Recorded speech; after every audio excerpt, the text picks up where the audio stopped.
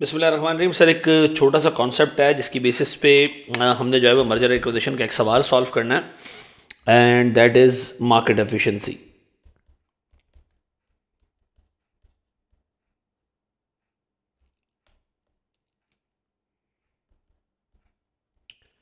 ठीक है जी, स्पेलिंग आप देख लीजिएगा सर। मार्केट एफिशिएंसी की क्या है? मार्केट एफिशिएंसी का मतलब क्या है? देखिए, मार्केट एफिशिएंसी का मतलब ये है कि कितनी जल्दी इंफॉर्मेशन हमारी मार्केट एब्जॉर्ब करती है प्राइसेस के अंदर। मिसाल के तौर पर अगर ये अनाउंस होता है कि एक कंपनी इस दफ़ा बहुत अच्छा डिविडेंड दे रही है, तो सर उसकी शेयर प्राइसेस बढ़ जाएंगी। अनाउंस हो जाए कि इस दफ़ा जो है वो एक कंपनी जो है वो एक नया प्रोजेक्ट शुरू करने वाली है जिसकी एनपीवी पॉजिटिव है, तो सर प्राइसेस बढ़ जाएंगी। कितनी जल्दी बढ़ेंगी, कब बढ़ेंगी, सर ये कहलाती है मार्केट एफिशिएंसी। ठीक है जी। आमतौर पे मार्केट्स आर इंफॉर्मेशनली एफिशिएंट, यानी जब न्यूज़ आती है तो फौरन से प्राइसेस के अंदर रिफ्लेक्ट हो जाती है। ठीक है जी। सर, हमने इसमें जो है वो 3 एस्पेक्ट्स देखने हैं। ठीक है जी।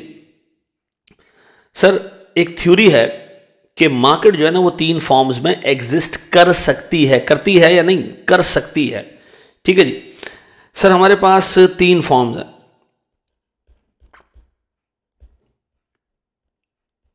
एक है हमारे पास सर स्ट्रॉन्ग फॉर्म एफिशिएंसी, दूसरा है हमारे पास sir semi strong form efficiency,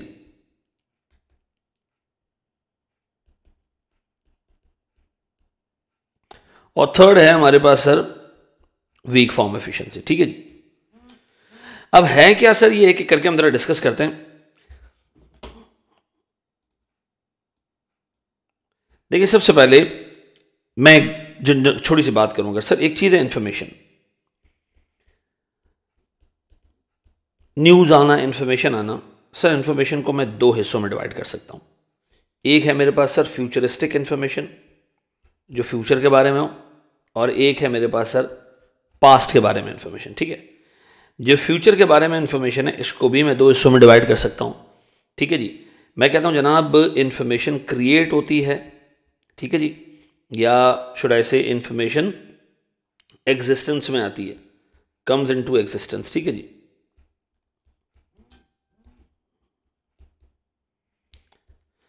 और दूसरा सर इंफॉर्मेशन कम्युनिकेट होती है। ठीक है जी। अब मैं जरा एक मैंने छोटा सा चार्ट आपके सामने बनाया, इसमें कुछ चीज़ एक्सप्लेन करना चाह रहा हूं। ठीक है जी, समझिएगा सर इसको। मुझे एक बात बताएं, 1 जनवरी को हमारे बोर्ड ने ये डिसाइड किया कि हमें जो है वो एक प्रोजेक्ट में पैसे डालने चाहिए जिसकी एनपीवी पॉजिटिव है।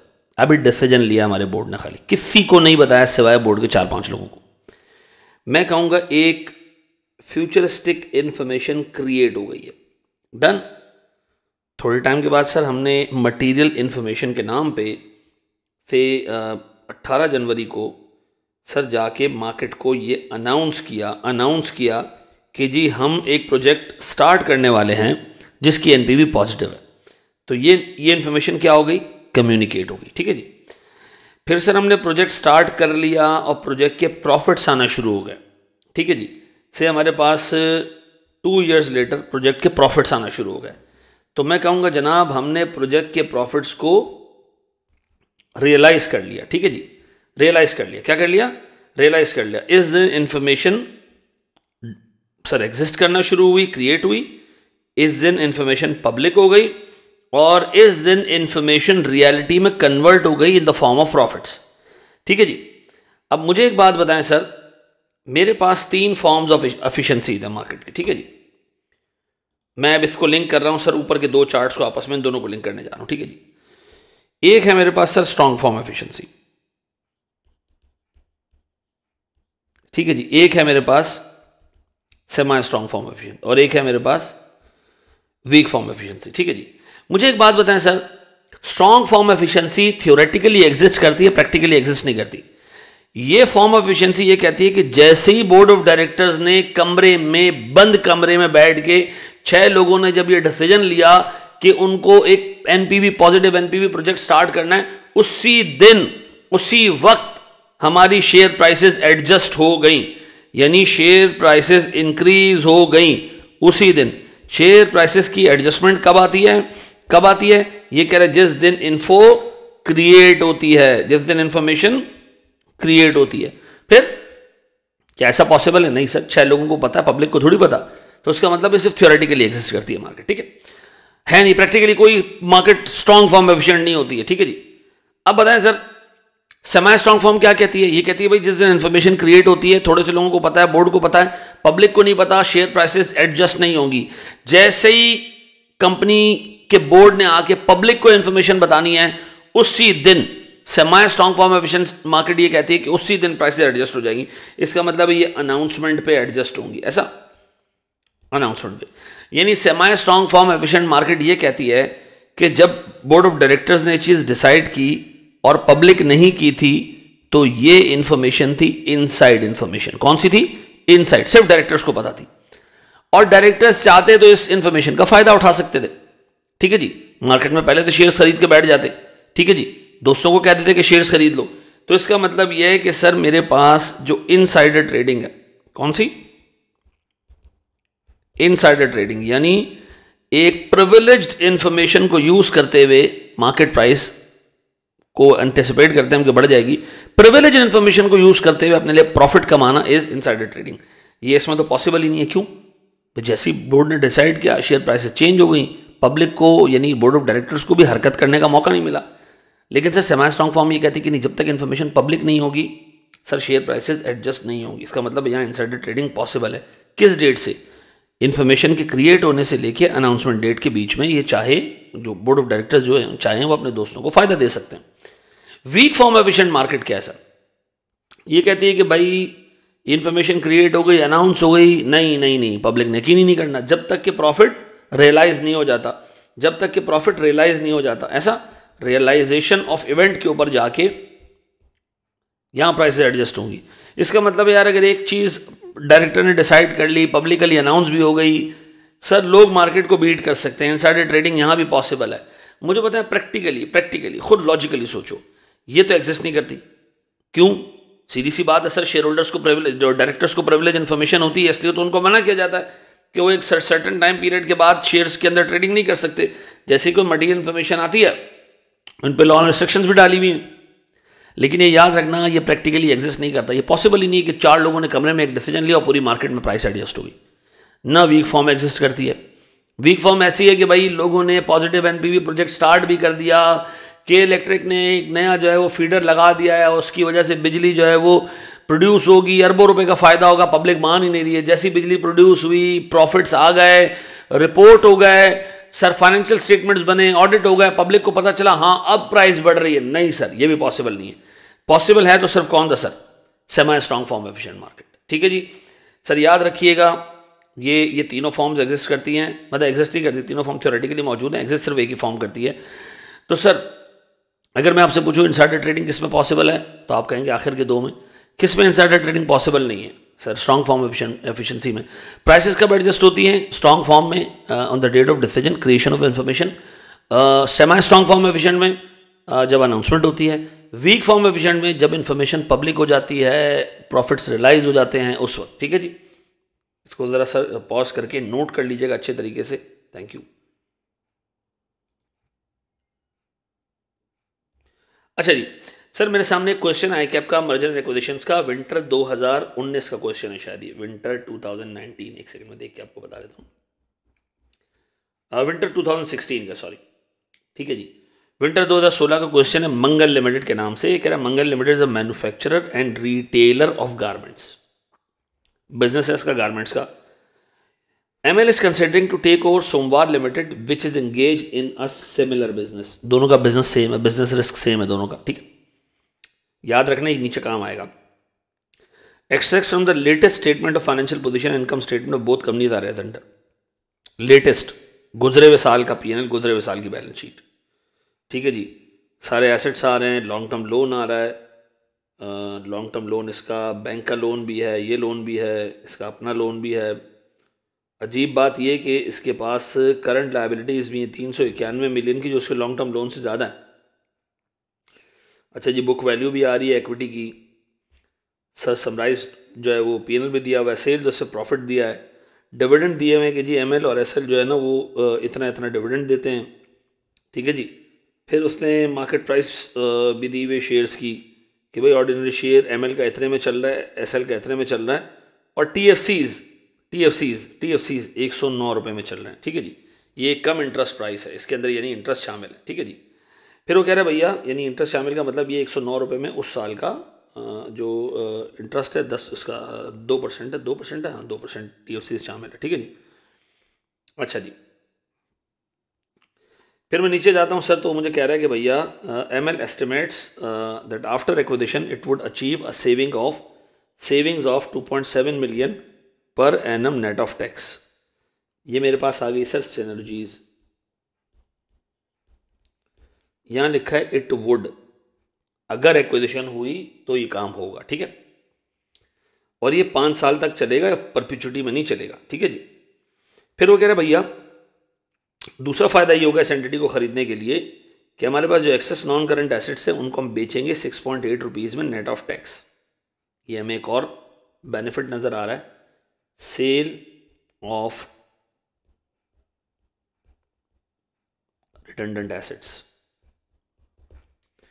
ठीक है जी, लेकिन वो कह रहे हैं कि हमें एक वन टाइम रिडंडेंसी कॉस्ट भी पे करना पड़ेगी 9 million net of tax.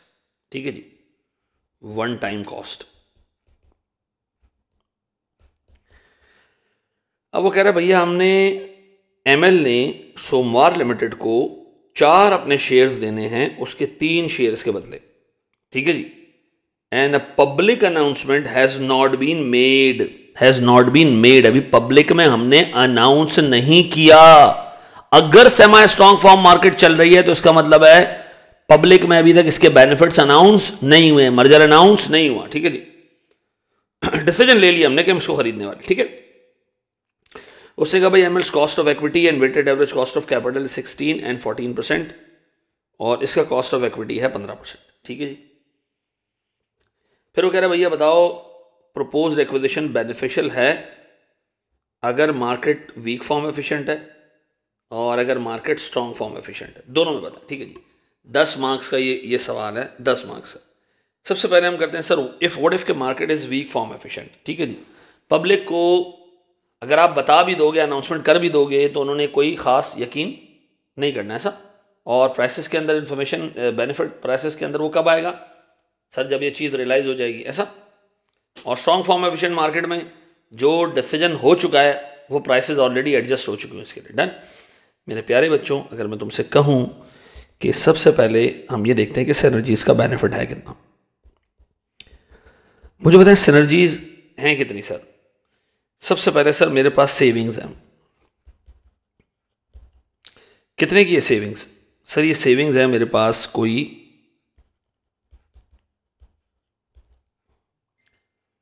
2.7 million per annum. तो मुझे बताएं 2.7 मिलियन पर एनम को 2.7 मिलियन को 5 साल के लिए हमने इसकी प्रेजेंट वैल्यू निकालनी, किस रेट से निकालें? देखिए आमतौर पे एग्जामिनर को रेट यहाँ पर एक्सप्लेन करना चाहिए था, लेकिन चूंकि नहीं एक्सप्लेन किया तो मैं अज्यूम करूँगा कि जो अक्वायरर है वो अपना डेट इक्विटी रेशो मर्जर के बाद भी कोशिश करेगा कि मेंटेन रहे, और उसका जो बिजनेस रिस्क तो सेम है, फाइनेंशियल रिस्क अगर सेम रख पाए तो अपना वैक ही इस्तेमाल कर सकता हो। तो मैं यहाँ अक्वायरर का वैक ही इस्तेमाल करूँगा। देखिए अगर इन्फॉर्मेशन ना दी हो ना पेपर में और दोनों कंपनीज का सेक्टर सेम हो तो डायरेक्ट आप पेरेंट का वैक ही उठा के डिस्काउंटिंग कर सकते हो। मेरी मजबूरी है, यहाँ डाटा नहीं है, तो मैं क्या करूँगा, इस 2.7 मिलियन की प्रेजेंट वैल्यू निकालूंगा। किस रेट से 14% से। 1 minus 1 plus 14% raise to the power -5 divided by 14%। ठीक है जी। अब बताइए ये कितना आ रहा है सर? मेरे पास ये आ रहा है मेरे पास 9.27। डन। अच्छा फिर मेरे पास सर क्या है जनाब, सेल ऑफ रिडंडेंट एसेट्स। ठीक है जी, ये कितने मेरे बच्चों मेरे पास sale of redundant assets? Sir ये तो सीधा सीधा आ रहा है मेरे पास 6.8 मिलियन रुपए का वन टाइम प्रोसीड्स। ठीक है, और मुझे एक वन टाइम कॉस्ट भी इनकर करनी है। एम्प्लॉय कॉस्ट है मेरे पास कितने की सर? 9 रुपए की। अब बताएं सर इस सिनर्जीज का टोटल फायदा कितना होगा मुझे? अगर मैं इसको एडअप करूं तो ये होता है 7.07 present value of all benefits of merger. Done. ये मेरे पास टोटल बेनिफिट है जो मर्जर पे मुझे मिलेंगे, ये उनकी प्रेजेंट वैल्यू है। डन है, क्लियर है, इसको आप दिमाग में बिठा लें, नोट कर लें। ठीक है जी। अब बनाए सर मेरे पास मर्ज्ड एंटिटीज मार्केट वैल्यू। किस केस में मर्ज्ड एंटिटी के मार्केट वैल्यू, किस केस में? नंबर 1 वीक फॉर्म में।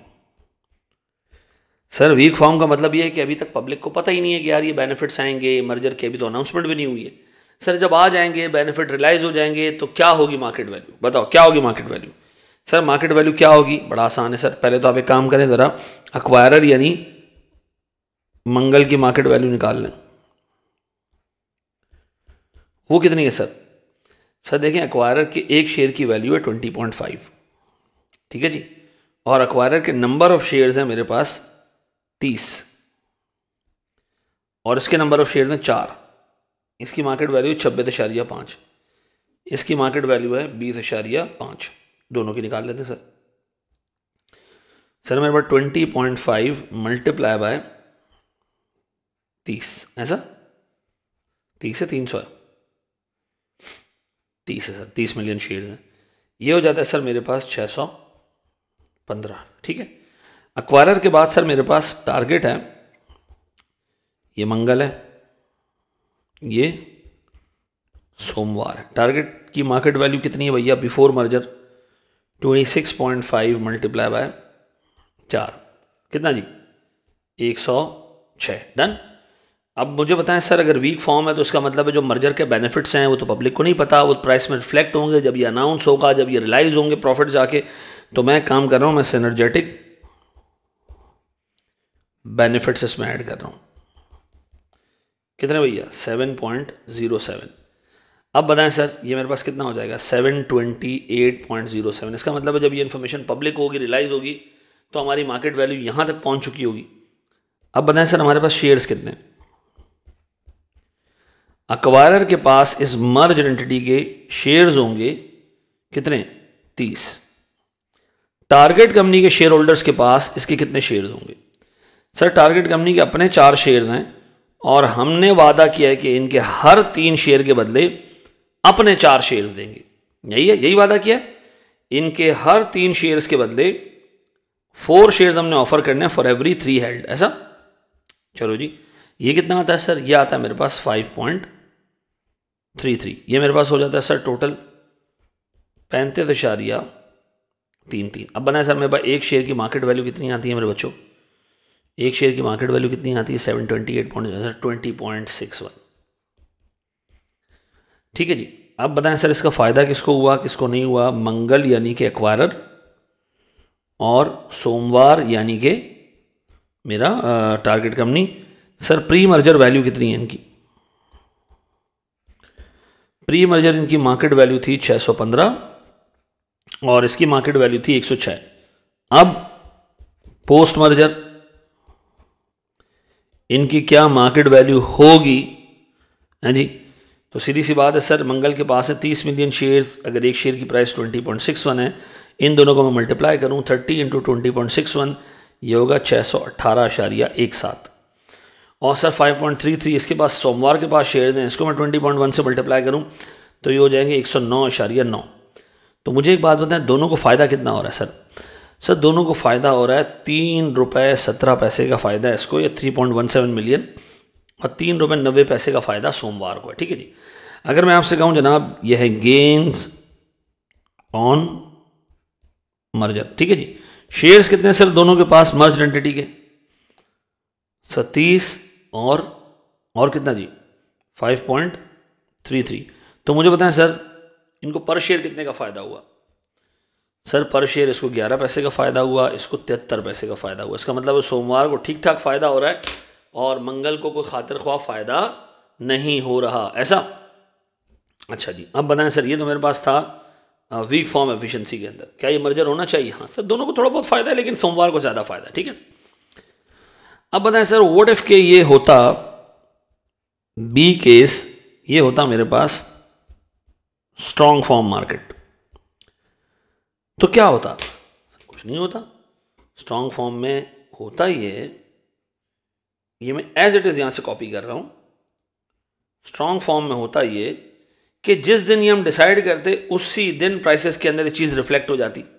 इसका मतलब है जो करंट प्राइसेस आ रही हैं 20.5 और 26.5, ये दोनों प्राइसेस ऐसी हैं, ये दोनों प्राइसेस ऐसी हैं जिसमें बेनिफिट ऑलरेडी शामिल है, जिसमें मर्जर के बेनिफिट्स ऑलरेडी शामिल हैं, जिसमें मर्जर के बेनिफिट ऑलरेडी शामिल हैं। हम इसमें मज़ीद कोई चीज़ ऐड नहीं करेंगे।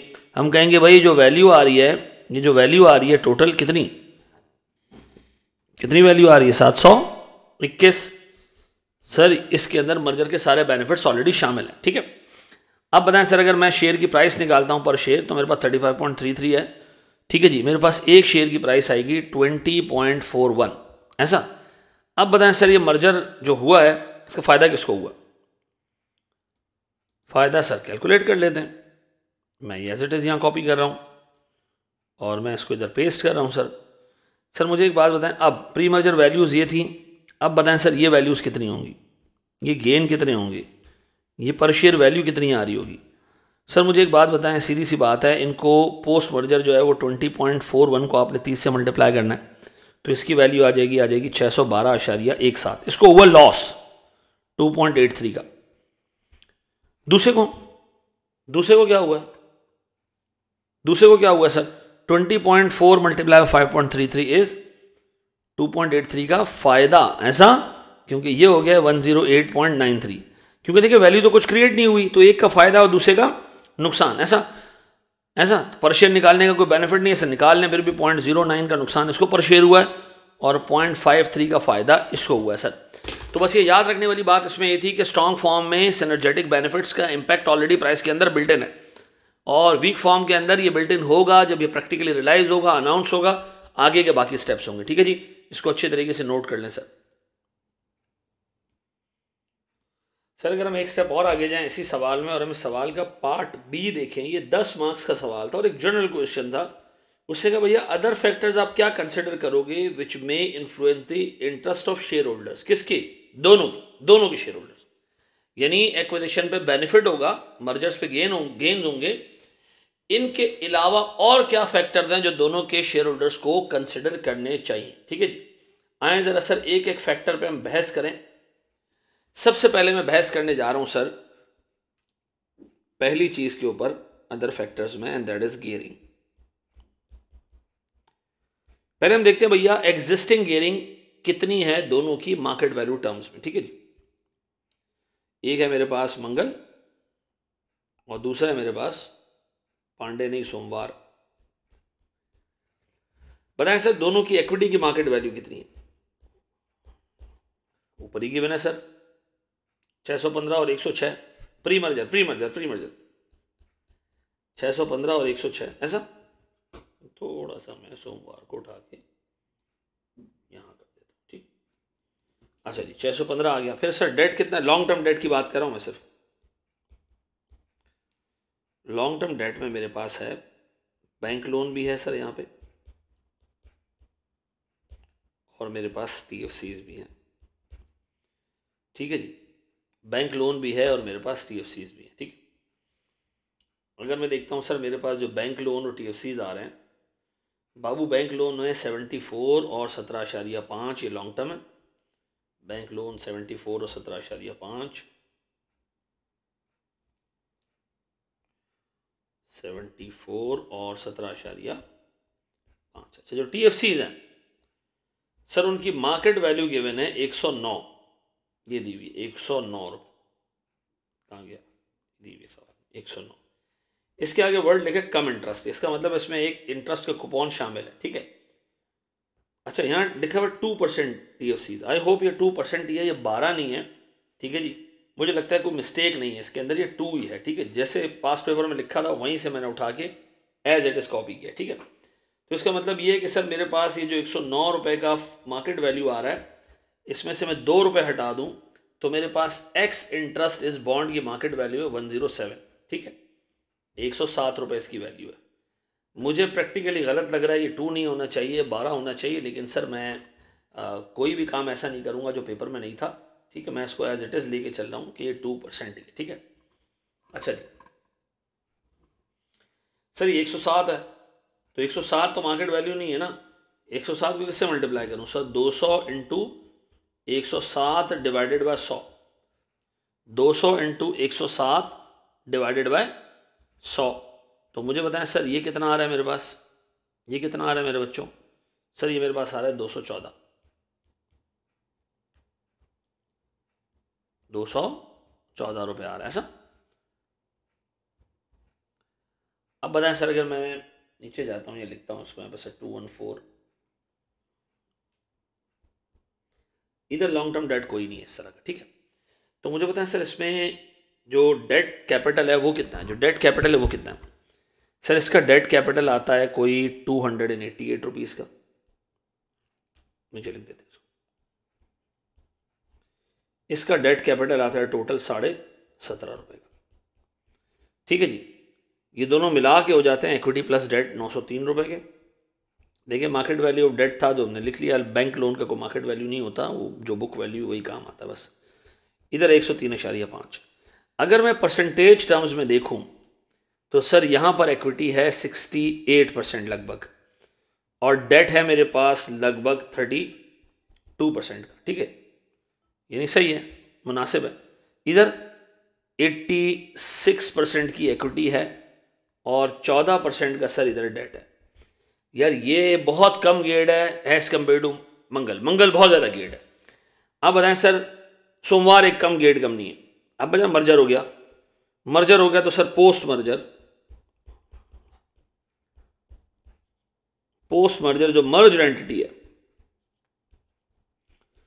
मुझे बताएं उसमें इक्विटी कितने की होगी सर? अब मैं बेनिफिट लूंगा इस चीज़ का कि इक्विटी उसके अंदर ऊपर जो हमने वैल्यूशन की है मर्ज एंटिटी के अंदर, वो इक्विटी का बैलेंस आ रहा है सर हमारे पास। मैं ये लूँगा वीक फॉर्म वाला 728, ठीक है जी। मैं ये लूँगा सर कि हमारी इक्विटी होगी 728 की, इंक्लूडिंग सिनर्जेटिक बेनिफिट्स, ठीक है। डन। अब बताएं सर, डेट में मेरे पास क्या क्या है? बैंक लोन है, और बैंक लोन के साथ साथ मेरे पास सर TFCs है। अच्छा, बैंक लोन अगर मैं दोनों को ऐड कर दूं तो सर मेरे पास बैंक लोन 74 और 17.5 ये मेरे पास होते हैं सर, को मिला के 91.5, और TFC थे सर मेरे पास 214 रुपये के। तो सर अगर मैं आपसे पूछूं कि मेरे पास इन दोनों का टोटल कितना आता है तो आप कहोगे 305.5, ठीक है। अब अगर मैं आपसे पूछूं सर मेरे पास जो टोटल है, टोटल ये क्या होता है भाई? 1034 या 33.5 ऐसा। अब बताएं जी हमारे पास डेट इक्विटी रेशियो क्या आ रहा है सर? इसमें हमारे पास इक्विटी है 70%, डेट है 30%। अब जरा ऊपर की दोनों कंपनीज की पोजीशन देखें, किसकी पोजीशन बेहतर हुई, किसकी वर्स्ट हुई। देखें इसमें दोनों कंपनीज की पोजीशन क्या हुई है कंपैरेटिवली।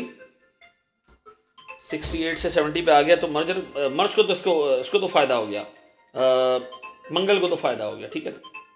मंगल को तो हो गया फायदा, लेकिन उसको फायदा नहीं हुआ, उसको बहुत नुकसान हो रहा है। मतलब उसका गियरिंग रेशियो ठीक ठाक बढ़ जाएगा। 86% इक्विटी थी, अब 70% इक्विटी आ जाएगी। सोमवार का डेट इक्विटी रेशियो वर्स्ट हो रहा है, मंगल का डेट इक्विटी रेशियो स्लाइटली बेहतर हो रहा है, ठीक है जी। तो सर मे भी सोमवार को इसमें फायदा तो हो रहा होगा इस मर्जर के अंदर, लेकिन वो रेजिस्ट भी कर सकता है इसको, ठीक है जी। सर अगर इसी एनालिसिस में मैं सिर्फ एक चीज़ ये ऐड कर दूं कि जो करंट लायबिलिटीज़ हैं वो हमने ऑल टुगेदर इग्नोर की हैं इसके अंदर डेट इक्विटी रेशियो कैलकुलेट करते हुए, ठीक है जी। क्योंकि आमतौर पे करंट लायबिलिटीज़ हम इंक्लूड नहीं करते, लेकिन सर यहाँ करंट लायबिलिटीज़ में एक एबनॉर्मल अमाउंट्स आ रही हैं। अगर आप देखेंगे तो मंगल के करंट लायबिलिटीज़ में 391 मिलियन रुपए की अमाउंट है, और यहाँ 50 मिलियन की अमाउंट है। तो अगर मैं इनको कंसिडर कर लूँ, ठीक है जी, डेट इक्विटी रेशियो के लिए मैं इनको भी कंसिडर कर लूँ, तो सर मेरे पास तो गियरिंग का नक्शा ही चेंज हो जाएगा। कैसे? मैं इसको यहां से पिक कर रहा हूं सर।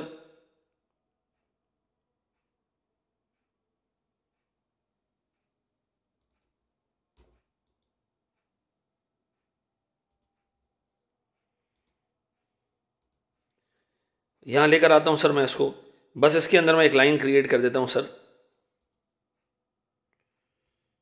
यहाँ पर मैं एक लाइन क्रिएट कर देता हूँ, ठीक है जी।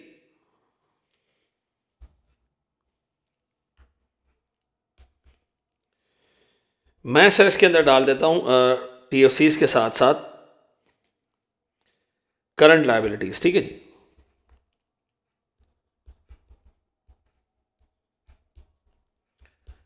करंट लायबिलिटीज कितने की भैया सर, यहाँ 391 मिलियन। अब एक बात बताओ, इसको मैं ऐडअप करता हूँ तो ये मेरे पास आ जाता है कोई 679, ठीक है जी। और मेरे पास ये टोटल हो जाता है सर कोई 1294। और अमेजिंगली ये परसेंटेजेस ड्रास्टिकली चेंज हो जाती हैं और मेरे पास सर कोई 47.5% एक्विटी है और मेरे पास सर यहाँ डेट आ जाता है कोई 52.5%। इतना बड़ा डेट इक्विटी रेशियो में फर्क आ जाता है sir. Same is the case with this, ठीक है जी। यहाँ सर हम करते ही हैं कि इधर भी डाल देना सर 50.1 मिलियन का हमारे पास करंट लायबिलिटीज़ है, ठीक है जी। 50.1 की डेट हमारे पास कुछ नहीं है, तो सर जब 50.1 में इसमें इंक्लूड करता हूँ तो मेरे पास सर यहाँ अमाउंट हो जाती है 67.6 और टोटल हो जाती है 173.6। और ये रेशियोज भी सर रीजनेबली रिड्यूस हो जाते हैं। ये हो जाता है कोई 61% और ये हो जाता है कोई 39%, ठीक है। मर्ज एंटिटी में भी कुछ सीन ऐसा ही रहता है, ठीक है जी। मर्ज एंटिटी का सीन कुछ ऐसा होता है कि करंट लायबिलिटीज अगर मैं इसमें इंक्लूड करूं तो सर मेरे पास करंट लायबिलिटीज 391 प्लस 50.1 ये मेरे पास आ जाएंगी सर 441.1, ठीक है जी, करंट लायबिलिटीज। और सर मेरे पास ये जो टोटल है ये हो जाएगा 746.6। ओवरऑल टोटल मेरे पास सर कोई 1475 रुपए का हो जाएगा। अब बताएं सर मेरे पास जो रेशियो है डेट इक्विटी का वो हो जाएगा 49% इक्विटी और 51% डेट। अब देखें यार ये एक मतलब मंगल के लिए फिर भी एक एक्सेप्टेबल प्रोपोजिशन होगा, लेकिन सोमवार 61% की इक्विटी से 39% के डेट से सर 51% के डेट पे आ रहा है। तो दो इसको मर्जर से फायदा तो हो रहा है लेकिन इसका गियरिंग रेशियो ठीक ठाक आउट हो रहा है। तो ये कंसिडरेशन बनेगी सोमवार के लिए कि भाई मैं जिस कंपनी में जा रहा हूँ गियरिंग ठीक ठाक ज्यादा है, मतलब थोड़े हालात बुरे हुए तो हमें फिर प्रॉफिट का शेयर नहीं मिल पाएगा क्योंकि सबसे पहले आपको इंटरेस्ट देना पड़ता है। तो सर डेट इक्विटी रेशियो की वजह से सोमवार वर्स्ट होता जा रहा है, ठीक है जी। खैर इसको ऊपर मर्जर पे बेनिफिट तो है लेकिन इसको एक रिस्क लेना पड़ रहा है ठीक ठाक। सर अगर हम इसका सेकंड एस्पेक्ट देखें तो जो एस्पेक्ट मैं कंसिडर करूंगा सर वो डिविडेंड कंसिडर करूंगा, ठीक है जी। अब देखें ML और सोमवार लिमिटेड ये प्री मर्जर क्या करते रहे, ये मर्जर से पहले क्या करते रहे। मर्जर से पहले सर ये डिविडेंड दिया है इन्होंने कोई लास्ट जो इन्होंने डिविडेंड दिया है वो दिया है कोई कहाँ गया जी, उन्होंने डिविडेंड दिया 24 मिलियन और 5 मिलियन का 50 और 8 मिलियन के प्रॉफिट पे, ठीक है। यानी इन्होंने डिविडेंड दिया है टोटल डिविडेंड, ठीक है। 24 मिलियन का डिविडेंड दिया है और इसने डिविडेंड दिया 5 मिलियन का, ठीक है जी। सर प्रॉफिट कितना है सर हमारे पास, सर इसका प्रॉफिट है अराउंड कोई 50 मिलियन और इसका प्रॉफिट है सर कोई 8 मिलियन। अब अगर मैं आपसे कहूँ सर मेरे पास पे आउट परसेंटेज कितनी है, कितने परसेंट प्रॉफिट पे आउट हुआ है, तो सर यहाँ कोई लगभग 48% प्रॉफिट पे आउट हुआ है और यहाँ 62.5% पे आउट हुआ, ठीक है। यानी सोमवार लिमिटेड अच्छा खासा डिविडेंड बांटती है, ठीक है। अच्छा फिर अगर मैं इसी को कंपेयर करूँ सर मार्केट वैल्यूज़ मेरे पास हैं पूरी प्री मर्जर मार्केट वैल्यूज़, ठीक है जी, इंटायर कंपनी की। सर इसकी मार्केट वैल्यू 615 है, इसकी मार्केट वैल्यू 106 है, सही क्या, देखो चेक करो मार्केट वैल्यू 615 और 106 बिल्कुल सही सर। अब बताएं इनका डिविडेंड यील्ड कितना है सर। सर डिविडेंड यील्ड है इसका कोई 3.9% और इसका डिविडेंड यील्ड है मेरे प्यारे भाई कितना 4.72%। इसका मतलब है सर एसएल सोमवार लिमिटेड इज अ कंपनी जिसके शेयर होल्डर्स एक्सपेक्ट करते हैं कि उनको डिविडेंड मिलेगा ज्यादा, प्रॉफिट का एक अच्छा खासा चंक बांट देगी सोमवार लिमिटेड। लेकिन जब ये मर्ज हो जाएगी एंटिटीज तो मोस्ट प्रोबेबली पेरेंट की पॉलिसीज यानी मंगल की पॉलिसीज चलेगी, तो शेयर होल्डर्स को ये ऑफर एक्सेप्ट करने से पहले कि वो मर्ज हो जाएं ये कंसिडर कर लेना चाहिए कि डिविडेंड में शायद आगे जाके प्रॉब्लम्स आ सकती हैं। जो उनको डिविडेंड की फॉर्म में इनकम मिलती थी वो शायद ना मिले, कैपिटल गेन की फॉर्म में उनको कमानी पड़ेगी। याद रखिएगा डिविडेंड इनकम सर्टन होती है, आपको कोई हाथ में कैश दे दे वो ज्यादा बेहतर है।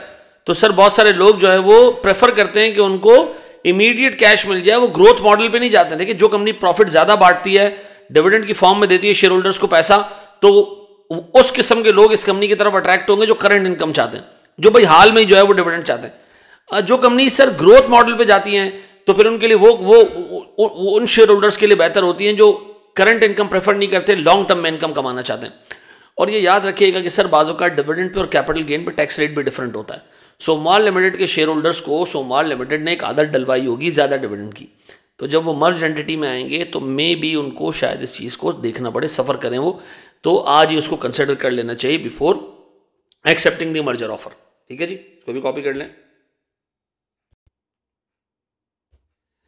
सर अगर एक और एस्पेक्ट हम देखें इसके अंदर, तीसरा एस्पेक्ट देखें, दोनों कंपनीज एक ही बिजनेस में, ठीक है जी, एक ही बिजनेस में, तो जब दोनों मर्ज हो जाएंगी तो फिर मंगल को डिसीजन लेना पड़ेगा कि मैं सोमवार की ब्रांड को कंटिन्यू करूं या ना करूं।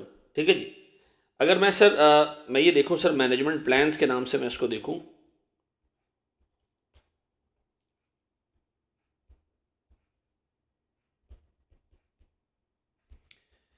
सर दोनों कंपनीज को मैं एक पर्टिकुलर मेजर से कंपेयर करना चाह रहा हूं। ठीक है, वो मेजर है मेरा अर्निंग यील्ड रेशो। ठीक है, अर्निंग्स कितनी है सर दोनों के, प्रॉफिट्स कितने हैं।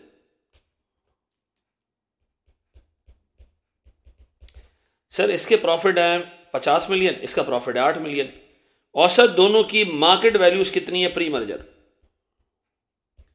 615 इसकी मार्केट वैल्यू है और 106 इसकी मार्केट वैल्यू है। निकालने सर अर्निंग यील्ड रेशियो नहीं, अपनी मार्केट वैल्यू पे ये क्या कमा रहा है, अपनी मार्केट वैल्यू पे ये क्या कमा रहा है, लगभग सर 8.13% ये कमा रहा है और 7.55% ये कमा रहा है। देखिए सोमवार की अर्निंग यील्ड कम है कंपैरेटिवली, लेकिन चूंकि सोमवार एक लेस रिस्कियर कंपनी है, इसमें डेट का प्रोपोर्शन कम है, तो रिटर्न सर इसका अपेरेंटली कम है। दूसरे में सर चूंकि डेट का पोर्शन ज्यादा है तो उसका रिटर्न भी ज्यादा है। ठीक है जी, लेकिन आया इनको डिसाइड करना पड़ेगा कि दो दो ब्रांड्स लेके चलें या नहीं। ठीक है जी, या अपना ब्रांड चलाएं और इसको बंद कर दें। सोमवार लिमिटेड के शेयर होल्डर्स को ये देखना पड़ेगा कि आया जो हमारा ब्रांड आज तक हमें पैसे कमा के दे रहा था, हम मर्ज एंटिटी में शिफ्ट होंगे, मे बी ये ब्रांड कंटिन्यू ना हो, मे भी दूसरा ब्रांड चलता रहे, दो उसकी अर्निंग यील्ड अच्छी है लेकिन वो कंपैरेटिवली ज्यादा रिस्की भी है। तो सर इनको ये बातें भी कंसिडर करना पड़ेंगी कि आया मर्जर किया जाए या नहीं किया जाए।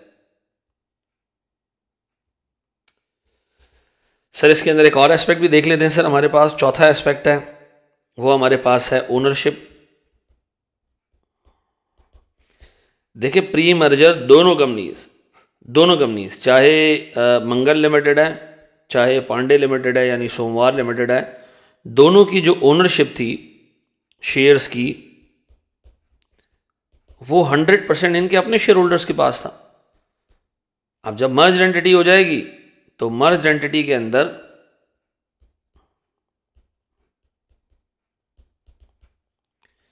जो शेयर्स मिलेंगे, इसके पास शेयर्स होंगे 30, इसके पास शेयर्स होंगे 5.33। ठीक है जी, तो सर मेरे पास टोटल जो मर्ज एंटिटी के शेयर्स होंगे वो होंगे 35.33। तो जो ओनरशिप है वो मंगल के हाथ में होगी 30/35.33, ये होगी सर कोई 85% और लगभग को 15% इसके पास होगी। आप देखें जो सोमवार लिमिटेड है उसको हमने बिल्कुल ना खुले लाइन लगा देना है। ठीक है जी, उसके शेयर होल्डर्स के पास कोई पावर ही नहीं होगी डिसाइड करने की, 15% उनके पास टोटल शेयर्स होंगे मर्ज एंटिटी। तो इसका मतलब मंगल लिमिटेड लीड कर रहा होगा, सारे बिजनेस डिसीजन इसके शेयर होल्डर्स के हाथ में होंगे, डायरेक्टर्स इसके शेयर होल्डर्स के ज़्यादा होंगे। तो एक ऑल पावर पोजीशन से एक ऐसी पोजीशन में आना जहां आप सिग्निफिकेंटली इन्फ्लुएंस भी ना कर सको, सोमवार लिमिटेड को ये कंसिडर करना पड़ेगा। ठीक है जी, अच्छा जी, पांचवी चीज़ सर हमारे पास है वैल्यूएशन टेक्निक्स। ठीक है जी, देखें सर वैल्यूएशन टेक्निक्स आपने जो ऊपर वैल्यूएशन जिस तरीके से की है, ये एक तरीका है। डिस्काउंटेड कैश फ्लोज भी हो सकते थे और बहुत सारी चीज़ें हो सकती थी, तो सोमवार लिमिटेड के शेयर होल्डर्स को वो भी कंसिडर करना चाहिए कि बाकी वैल्यूएशन टेक्निक से क्या वैल्यू आ रही है, ठीक है जी, ताकि अच्छे से अच्छा जो है वो हिसाब किताब बनाया जा सके अपने शेयर होल्डर्स के लिए। अब सर ये 5-6 पॉइंट्स आप याद रखिएगा। डेट इक्विटी रेशो, ठीक है जी, डिविडेंड का हिसाब किताब, मैनेजमेंट प्लान्स हैं, ओनरशिप है, वैल्यूएशन टेक्निक से, कल्चर भी है सर बात फिर, ठीक है जी, दोनों एंटिटीज़ का कल्चर भी अलग अलग होगा, दो एक ही सेक्टर में लेकिन कल्चरली भी डिफरेंट होंगे। तो सर ये एस्पेक्ट्स आप याद रखिएगा कि जब भी मर्जर एंड एक्विजिशन का सवाल आए इस तरह का, जहां वो अदर एस्पेक्ट्स भी मांगे, तो ये एस्पेक्ट्स आप कैलकुलेट करके उसको दे सकते हैं। थैंक यू वेरी मच जी, जज़ाकल्लाह।